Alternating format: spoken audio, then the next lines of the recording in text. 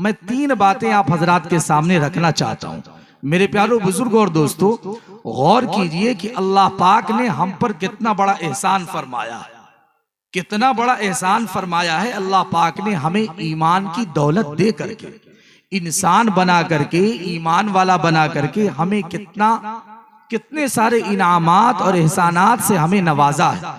हम अपने आप में गौर करें कि अल्लाह का कितना बड़ा करम हुआ कि अल्लाह ने हमें हमारी तख्लीक कितनी बेहतरीन फरमाई है।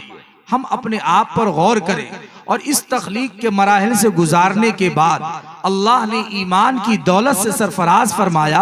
हम मुसलमान हुए, मुसलमान के घर में पैदा हुए और अल्लाह का मजीद करम ये कि हमारे माँ बाप मुसलमान, कुंबा बिरादरी खानदान मुसलमान, अल्लाह पर ईमान रखने वाला, नबी आखिरुज़्ज़मा जनाब मुहम्मदुर रसूलुल्लाह सल्लल्लाहु अलैहि वसल्लम पर ईमान रखने वाला, आखिरत पर यकीन रखने वाला, जिन 3 बातों की तरफ इशारा मौलाना अनवारुल्लाह फलक साहब ने किया, उन 3 बातों पर मुख्तसर मैं आप हजरात के सामने रोशनी डाल देता हूं।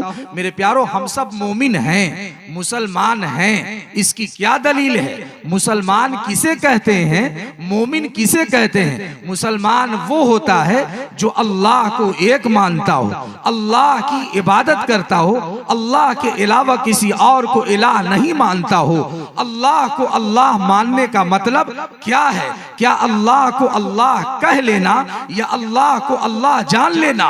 नहीं मेरे प्यारो, अल्लाह को अल्लाह मानने का मतलब यह है कि अल्लाह के अलावा किसी और की इबादत नहीं की जाए। अल्लाह ने अपने कुरान में बतलाया, इन्ननी अनल्लाह ला इलाहा इल्ला अना फअबुदनी।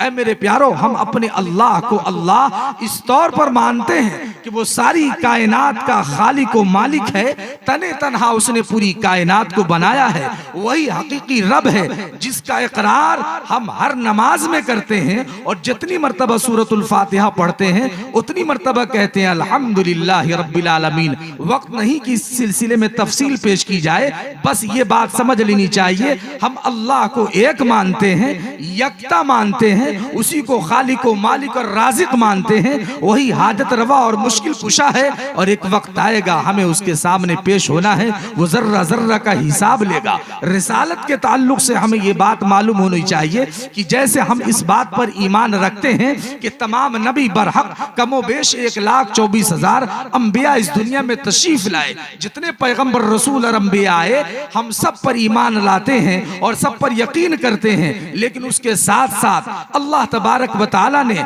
सबसे आखिर में जो अपना महबूब पैगंबर भेजा, वो हुजूर अनवर दो जहां के पैगंबर, महबूब रब अकबर, शाफी महशर, साक़ी कौसर, हुजूर रहमतुल लिल आलमीन, राहतुल आशिकीन, जिनका इशारा भी दीन, जिन पर हमें और आपको यकीन, प्यारे आका जनाब मुहम्मदुर रसूलुल्लाह सल्लल्लाहु अलैहि वसल्लम को हम और आप सिर्फ इस हैसियत से नहीं मानते कि हमारे नबी नबी हैं। नहीं मेरे प्यारो, नबी को सिर्फ नबी मान लेना काफी नहीं है।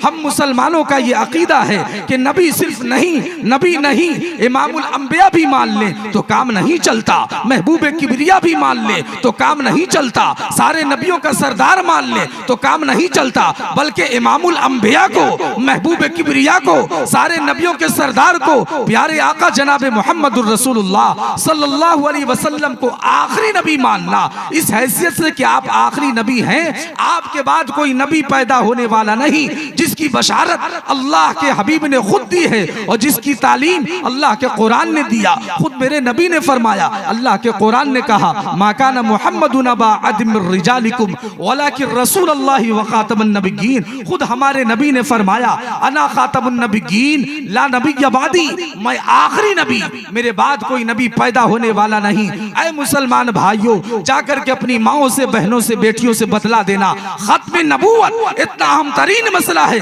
कायनात में अल्लाह के बाद और तौहीद के बाद, इससे बड़ा कोई मसला नहीं। लेकिन अफसोस हमारी उम्रें 30 और 40 साल की हो गई, 50 और 60 साल की हो गई। कभी हमने अपनी बीवी को बैठा करके, कभी अपनी बेटी को बैठा करके, कभी अपनी माँ को बैठा करके, कभी अपनी औलाद को बैठा करके, कभी अपने घर वालों को बैठा करके खत्म नबूवत का मसला नहीं समझाया।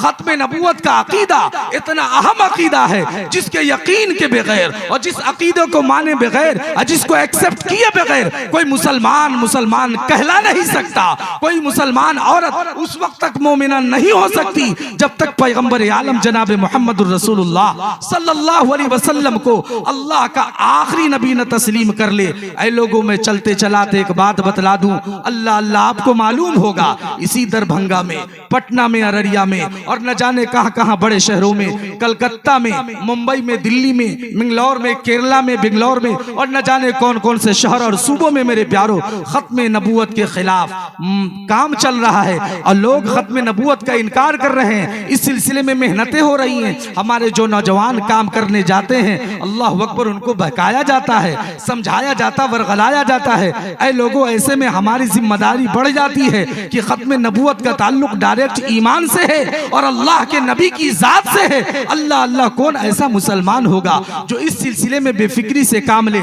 ऐ मुसलमानों, तौहीद के बाद रिसालत अहम तरीन अकीदा है जिसके बगैर ईमान सलामत नहीं रहता। लिहाजा हम मुसलमानों का ये अकीदा होना फर्ज है कि जिस तरीका से अल्लाह एक है, हम दो नहीं मान सकते। अगर दो मान लेंगे तो हम मोमिन नहीं कहला सकते। सारी कायनात को तने तनहा बनाने वाला वही अल्लाह है जिसका इकरार हम सूरतुल इखलास में कहते हैं और इकरार करते हैं, जिसको अल्लाह ने बयान फरमाया, कुल हुवल्लाहु अहद अल्लाहुस समद लम यलिद वलम यूलद वलम यकुल लहू कुफुवन अहद। मुख्तसर ये कि मेरे प्यारो, तौहीद का अकीदा जरूरी, रिसालत का अकीदा जरूरी, जिसकी तरफ मौलाना अनवारुल्लाह फलक साहब ने इशारा किया। और तीसरा अहम और बुनियादी अकीदा आखिरत का है, मरने के बाद हिसाब देना है। ऐ लोगों, अल्लाह की जात पर यकीन रखना है जिसके ताल्लुक से हमने जिसके ताल्लुक से अल्लाह के नबी सल्लल्लाहु अलैहि वसल्लम ने आगाह फरमाया, कुरान ने ये बात हमें बतलाई। हम जो आयते करीमा पढ़ते हैं, अलहम्दो की सूरत पढ़ते हैं, अल्हम्दुलिल्लाहि रब्बिल आलमीन अर्रहमानिर रहीम मालिक यौमिद्दीन, मालिक है रोजे जजा का, बदले के दिन का मालिक है, क़यामत के दिन का मालिक है। कल हम जब इस दुनिया से चले जाएंगे, हर एक को जाना है लोगों, अल्लाह के हुजूर अपने अमाल का हिसाब देना है, हर एक को दोबारा जिंदा होना है। इस बात का यकीन रखना और अकीदा रखना जरूरी है। इतनी मुख्तसर सी बात के बाद बस एक अहम बात बता करके 3 मिनट और हमारा रह गया, रुखसत होना चाहता हूँ। ऐ लोगों, ये अकीदा आखिरत इतना अहम है, इसके बगैर भी इंसान मोमिन नहीं हो सकता और जन्नत में नहीं जा सकता। जन्नत में जाने के लिए और जहन्नम से बचने के लिए और मोमिन बने रहने के लिए और बहालत ईमान दुनिया से जाने के लिए जरूरी है कि अकीदे आखिरत में हम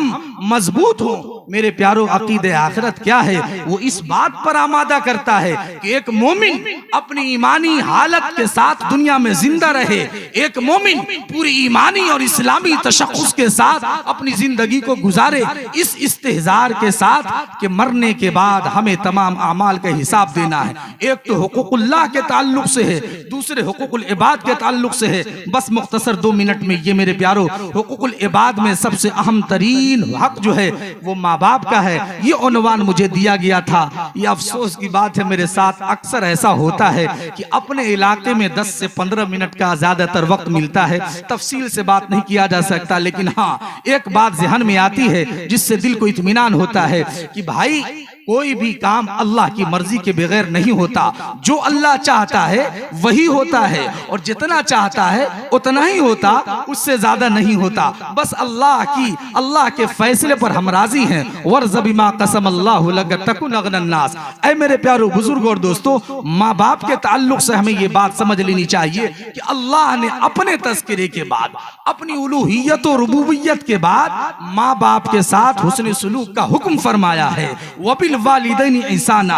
अल्लाह अल्लाह वक्त नहीं, वरना मैं आपको तफसील से बतलाता। मुख्तसर इतना जान लें, इस धरती पर जिसके बारे में अल्लाह का कुरान कहता, नबी का फरमान कहता और बार बार कहता और झिंझोड़ कर कहता, मर्द और औरतों से कहता, नौजवानों से कहता कि माँ बाप का इकराम किया जाए, माँ बाप के साथ हुस्न सुलूक किया जाए, माँ बाप के सामने निगाह ऊंची करके बात न की जाए, आवाज ऊंची करके बात न की जाए। वो माँ जिसके कदम के नीचे जन्नत बतलाई गई, वो बाप जिसको जन्नत का बेहतरीन दरवाजा बतलाया गया, वो बाप जिसकी रजा में अल्लाह की रजा है, वो बाप जिसकी इताअत में अल्लाह की रजा है और जिसके नाराजगी में अल्लाह की नाराजगी है। कोई अपने बाप को नाराज करके जन्नत में उस वक्त तक नहीं जा सकता जब तक कि उसका वो अजाब न चख ले और वो अजाब का मुस्तहिक बन जाता है, और अजाब में मुब्तला हो जाने के बाद अजाब उस पर आता है और इस सजा को भुगतने के बाद ही वो जन्नत में जा सकता है। जब माँ बाप नाराज हों तो अल्लाह कभी राजी नहीं हो सकता। ऐ मेरे प्यारो बुजुर्ग और दोस्तों,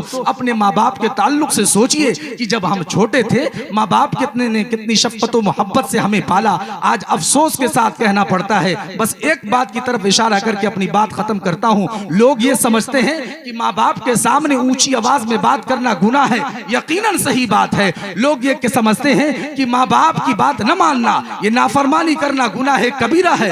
बिल्कुल सही है, लेकिन क्या हमने कभी सोचा कि ऐसा अमल करना जिससे माँ बाप की बदनामी हो, ऐसा अमल करना जिससे माँ बाप की बेइज्जती हो, ऐसा अमल करना जिससे माँ बाप को के दिल को ठेस पहुंचे, वो भी गुनाह है कबीरा में शामिल और वो भी अल्लाह की नाराजगी का सबब है। आज नौजवान बच्चे स्कूलों कॉलेज जाते, कोचिंग सेंटर जाते, मुसलमान बच्चियां स्कूलों कॉलेज जाती और जो है ट्यूशन जाती, कोचिंग सेंटर जाती, लेकिन कभी उन्होंने सोचा कि हमारे अमाल कैसे हैं, हमारे किरदार कैसे हैं, हमारे आदात कैसे हैं, हमारा काम कैसा है? कहीं हमारे किसी अमल की वजह से हमारी माँ की रुसवाई तो नहीं होगी, हमारे बाप की बदनामी तो नहीं होगी? ऐ मेरी बहनों, अगर हमारे किसी अमल की वजह से हमारे माँ बाप की बदनामी हुई, जिल्लत और रुसवाई का हम सबब बने, अल्लाह कभी हमें माफ नहीं करेगा।